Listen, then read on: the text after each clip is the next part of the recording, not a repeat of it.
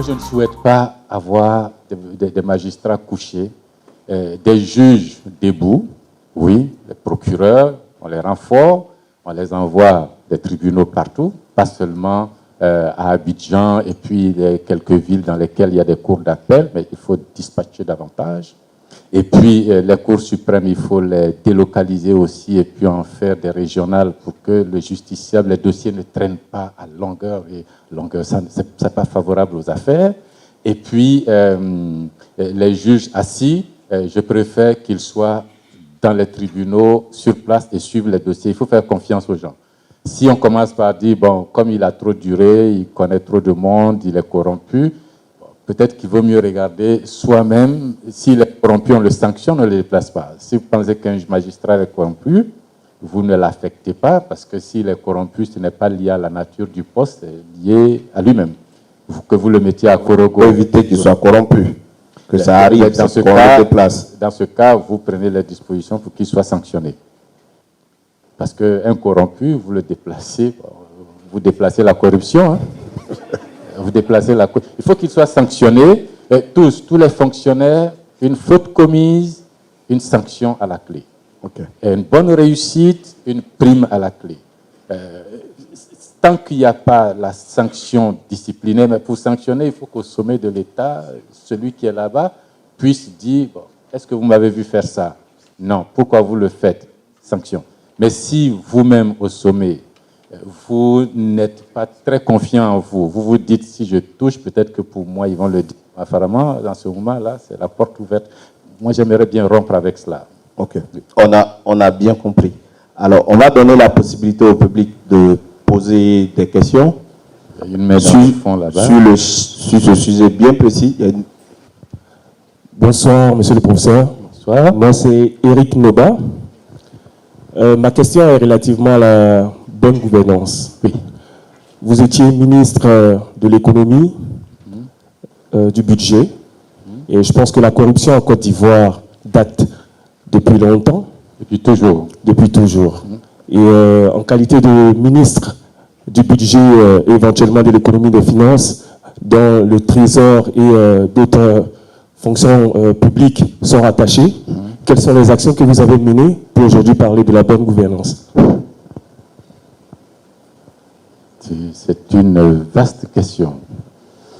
Alors, j'ai premièrement travaillé à la sécurisation des recettes de l'État. L'argent qui rentre, vous avez pris le cas du budget et de l'économie, donc je vais m'en tenir à ces deux éléments-là d'abord. L'argent de l'État qui rentre, d'abord, il faut que tout rentre. Et puis, une fois que c'est rentré, il faut que ce soit sécurisé. Et pour que tout rentre, je me suis permis de regarder au-delà des chiffres qu'on me présentait. Quand je prends les chiffres douaniers, les chiffres d'exploitation, et que je vois qu'il y a des gaps qui ne me paraissent pas clairs, en tout cas que je ne peux pas comprendre, je fais des enquêtes. Et au terme des enquêtes, je découvre qu'il y a des gens qui ont des comptabilités multiples, et puis je m'assure que c'est fondé. J'organise une descente pour faire une saisie. Et puis après la saisie, je fais l'enquête, je dépouille et je découvre qu'effectivement, dans leurs ordinateurs, dont je casse le mot de passe, ils ont 4 ou 5 comptabilités. Et il y a une pour la douane, une pour les impôts, une pour le conseil d'administration, une pour la famille qui exploite et puis une pour les banquiers. Et puis je demande des comptes. Ça, je l'ai fait. Bon, manque de chance pour moi, quand j'ai rassemblé tous ces dossiers que l'agent judiciaire du Trésor s'est présenté devant la justice avec tout ça, ça a tourné, et tenez-vous bien, j'étais ministre des Finances, mais il s'est trouvé des magistrats en Côte d'Ivoire pour dire que non, il y a un non-lieu. C'est fini, c'est bon. Affaire classée. Et vous n'avez pas poursuivi en tant que ministre des Finances? Vous avez le pouvoir, vous pouvez aller parler au président. Je suis parti du ministère des Finances pour l'Assemblée nationale.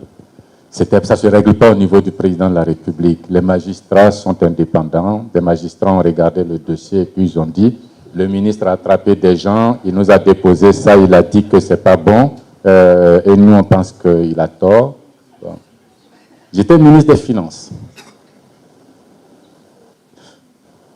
Et puis ça, c'est pour la sécurisation. Et je peux vous dire que j'ai fait autant de choses comme ça. Je vais regarder les gens au travail. Et je me suis rendu compte d'une chose, c'est que nos fonctionnaires des impôts, qui sont des gens brillants, bien, on a un système déclaratif. C'est-à-dire que moi, je suis aux impôts, j'attends dans mon bureau que vous, là-bas, vous avez une maison ou une entreprise, que vous veniez me voir pour dire, bon, M. Koulibaly, voilà, j'ai une villa de tant de montant, et puis voilà les loyers que j'encaisse et j'enregistre. Moi, je vais rompre avec ça. Le fonctionnaire des impôts doit devenir un percepteur. Il porte sa cravate s'il le faut, et puis il rentre dans le quartier. Qui est propriétaire de quoi? Qui a quelle machine? Qui a quelle maison? Qui doit être contribuable? Il recense tout le monde et il fait payer tout le monde. Tous ceux qui doivent payer. Je n'attends pas dans le bureau. Si je le fais, je peux vous assurer, c'est pas parce que les populations aiment frauder, hein, parce que c'est pas simplement ignorance. Je connais beaucoup de gens qui me disent, mais moi j'ai des maisons à Abidjan, mais bon, je ne paye pas l'impôt foncier. Hein. Et d'ailleurs, vous prenez le budget 2019, la ligne impôt foncier, là, vous ne verrez pas de chiffres là-dessus. Pourtant, nous tous, nous voyons des maisons qui poussent partout. On va chercher l'argent, on sécurise. Côté dépenses, qu'est-ce que j'ai fait? Pendant le temps où j'y étais, là aussi, j'ai rationalisé les dépenses de l'État. C'est-à-dire qu'en Conseil des ministres, mon collègue ministre arrive en disant, bon, cool, j'ai une mission en Belgique, pour une semaine, on va à 8. Et je regarde, la mission, est-ce qu'elle est ministérielle? Non. Est-ce qu'un DG ne peut pas y aller? Bon, si un DG va, cher collègue, ce n'est pas la peine que tu y ailles. Il faut laisser le DG partir. Et puis, il y a combien d'ateliers là-bas? Est-ce qu'on a besoin de 8 personnes? À 3, ils peuvent aller. Bon, alors, le DG, 3 personnes, pourquoi une semaine? Est-ce qu'on gagne sur le billet ou est-ce qu'on gagne sur les frais de séjour? Et puis, je coupe et je lui dis, voilà, moi, je signe si ça s'est rempli. Parfois, ils ronchonnent, mais je ne signe pas. S'ils sont d'accord, bon, le ministre du Budget ou le ministre des Finances, c'est un homme puissant au gouvernement. Okay. Et puis, je signe, ils s'en vont. Par contre, vous n'avez pas changé le type de voiture, parce qu'on continue à avoir les grosses voitures, plaques jaunes. Les voitures... Et même avant le temps, il y avait ça. Il y en a eu toujours en Côte d'Ivoire. Mais... vous savez, je suis maire d'Azadié. Il était inscrit au budget l'acquisition d'un 4x4 pour le maire pour 25 millions de francs CFA. Dans le budget qu'on est en train de construire, je leur ai dit, bon, entre un forage pour avoir de l'eau, entre les toilettes du centre de santé à aménager, donner 25 millions pour la voiture du maire dans une localité comme Azadié, je trouve ça un peu trop. Donc, barrez-moi cette ligne. Et puis augmenter la ligne du forage de l'eau. Pas demander une Fiat. Pour le moment, il n'y a même pas de voiture, même pas de voiture inscrite. Et Dieu merci, j'ai une voiture, je l'utilise. Mais c'est pour vous dire qu'au niveau de l'État, il y a des restrictions à faire. Déjà, la taille du gouvernement, je trouve que pour un pays comme la Côte d'Ivoire, on peut faire des efforts.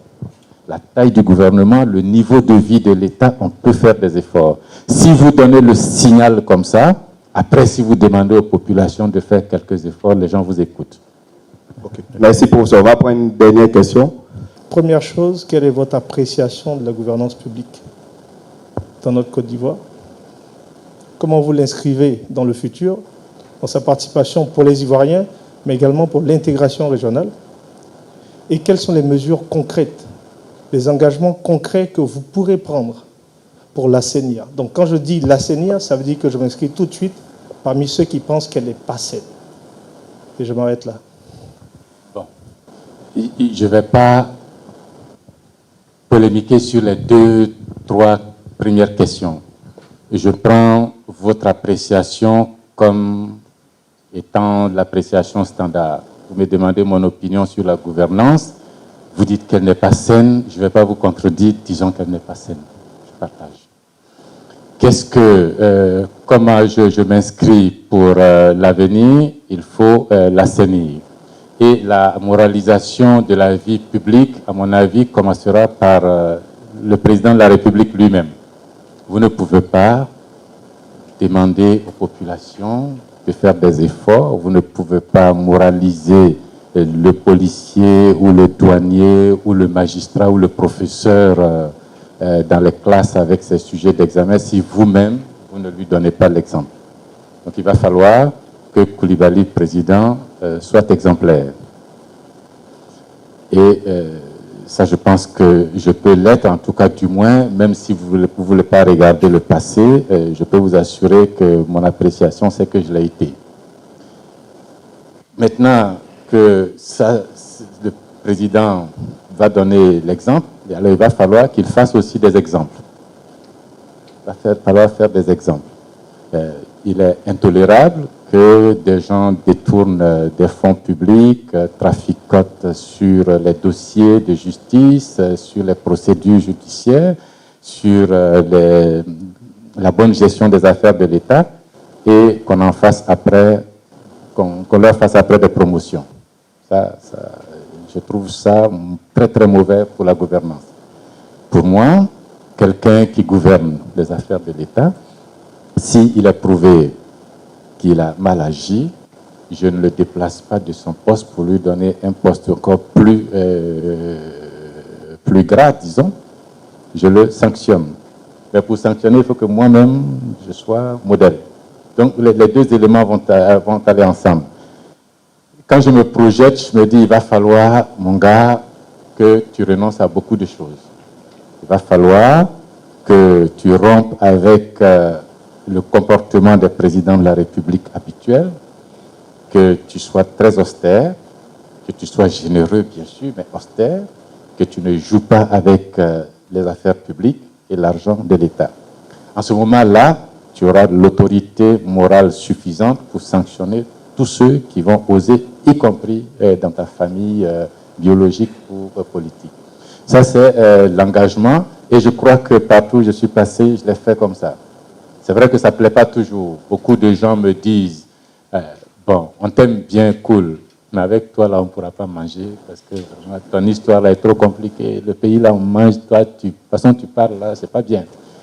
Il faut que les Ivoiriens se mettent dans la tête que s'ils cherchent quelqu'un qui s'engage à faire du propre dans leurs affaires collectives, je ne touche pas les affaires individuelles.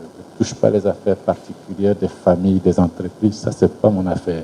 Ce qui m'intéresse, ce sont les affaires publiques de l'État. S'ils cherchent quelqu'un capable de le faire, bon, il ne faut pas qu'ils cherchent longtemps. Moi, je suis disponible. C'est eux qui vont refuser. Sinon, moi, je suis disponible et je peux le faire.